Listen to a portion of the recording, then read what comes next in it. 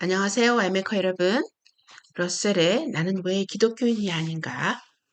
오늘은 편협의 근원에 대해서 러셀의 생각을 들어보도록 하겠습니다. 편협의 근원.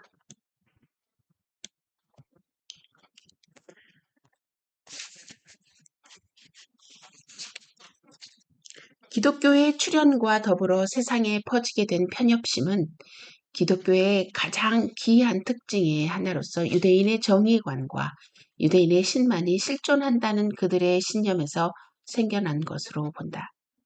어찌하여 유대인들이 이러한 특이성을 가지게 되었는지 나는 알 수가 없다. 하기는 이러한 것들은 그들이 예속되어 있는 동안 유대 민족을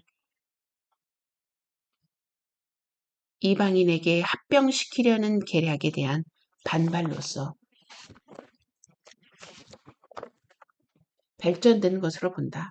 그것은 어찌됐든 유대인의 특히 예언자들은 개인의 정의 관념과 한 종교 이외에 다른 종교를 관용하는 것은 사악한 일이라는 관념을 강조하였던 것이다.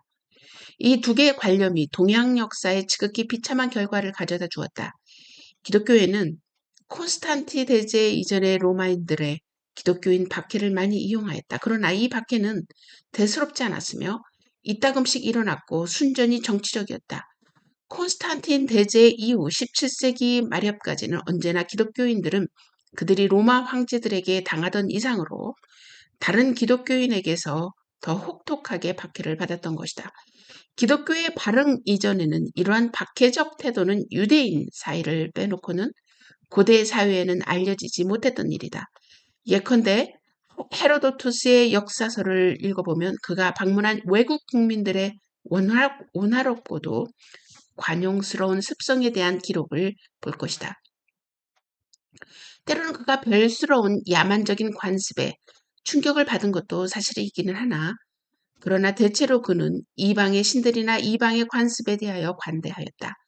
그는 제우스 신을 다른 이름으로 부르는 자는 영원의 멸망을 받을 것이며 그 형벌을 될 수 있는 대로 빨리 하기 위하여 그를 죽여야 한다는 것을 굳이 증명하려고 들진 않는다. 이러한 태도는 기독교인들이 나올 때까지는 없었다. 오늘날의 기독교인이 훨씬 덜 사나운 것은 사실이다. 그러나 그것은 기독교의 덕분이 아니다. 이는 여러 세대에 겪어 온 자유사상가의 덕택이며 이들은 르네상스부터 오늘날까지 기독교인이 기독교가 얼마나 온유하며 이성적인가를 보이려고 하면서도 그 온유함과 이성적임이 당시의 모든 정통 기독인들에게 박해를 받던 사람들의 덕분임을 무시하는 것은 재미있는 일이다. 오늘날은 아무도 이 세계가 기원전 4,004년 전에 창조되었다고 믿는 사람은 없다.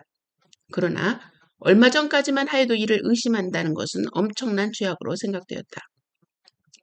나의 구조부는 에트나 화산 비탈의 용암의 두께를 보고 세계 연령이 정통파가 상상하는 이상으로 오래된 일이라고 생각하고 견해를 책자로 출판했다가 이 좌가르소 교구에서 경원되어 그 사회에서 추방을 당하였다. 그 분이 좀 더 미천한 환경의 사람이었다라면 벌은 여지없이 더 가혹했을 것이다. 그들이 오늘날 150년 전에 믿던 터무니없는 일을 믿지 않은 것은 조금도 정통파의 자랑이 아니다. 기독교 교리가 차츰 부드러워져 간 것은 가장 격렬한 저항을 받으면서도 이루어졌으며 오직 자유사상가들의 공격의 결과에 의한 것이다. 여러분 여기에 대해서 C.S. 루이스는 이런 얘기를 하죠. 타 종교에 전혀 진리가 맞는 것, 옳은 것이 없다라고 생각하는 것은 틀렸다라고 얘기합니다. 타 종교는 모든 것이 다 틀리다라고 생각하는 것은 옳지 않은 생각이라 하는 거죠. 우리는 99.999%의 진리를 우리가 진리라고 얘기하느냐? 우리는 진리라고 이야기하지 않습니다. 100% 온전한 진리를 할 때 진리라고 얘기를 하는 거죠. 진리는 기독교는 객관적 사실을 진리라고 이야기하지 않습니다. 기독교에서 진리는 오직 예수 그리스도 그 한 분만이 진리를 표현할 수 있다라고 이야기를 하는 거죠. 여러분이 알다시피 유대인들이 그동안에 많은 핍박을 받아온 이유를 보면 유대인들이 이야기하고 있는 그들의 말이 진리이기 때문에 라고 핍박을 받았다라고 보기에는 그 근거가 굉장히 너무 어, 부족합니다. 왜냐하면 이 유대인의 말살 정책은 사실 오래전부터 있었기 때문입니다. 예를 들어서 성경 역사에 보면 에스더의 시대 때 볼 때도 있고요. 또 그 전에 보면은 또 모세의 시대에 있었을 때 봤고요. 또 나중에 보면 또 예수님 당시에도 유대인의 이 제노사이드, 이 민족의 말살하려고 했던 그 계획들은 엄청나게 많이 또 최근에 와서는 또 우리 세계 2차 대전을 통해서도 우리가 볼 수가 있죠. 또 이 기독교인들이 굉장히 소위 말하면 유대인을 넘어서 하나님을 오직 한 분, 오직 절대자, 한 신이라고 믿었던 이 유대인들의 그 핍박의 그 역사는 우리가 너무나도 널리 알고 있습니다. 그런 가운데 예수님이 오셨고 313년에 콘스탄틴에 의해서 국가가 공인이 됩니다. 기독교가 공인되죠.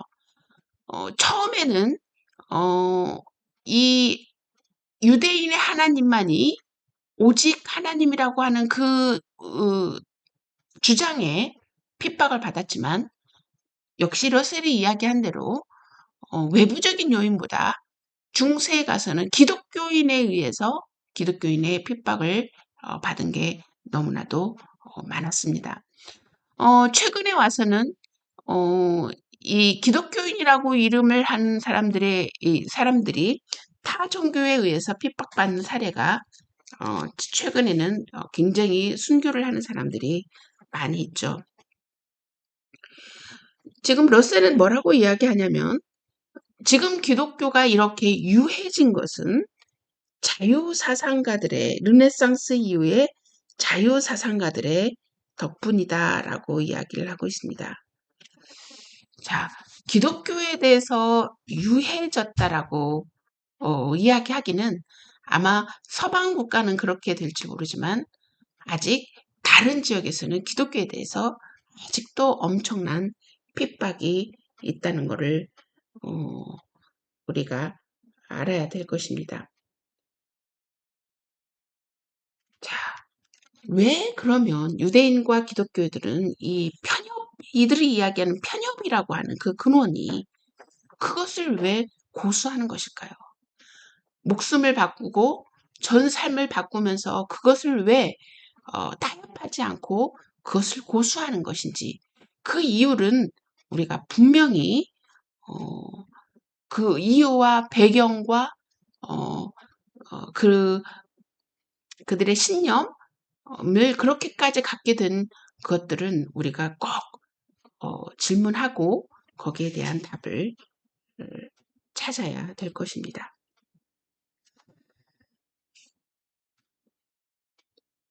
다음 시간에는 자유의지의 논리에 대해서 러셀의 생각을 듣도록 하겠습니다.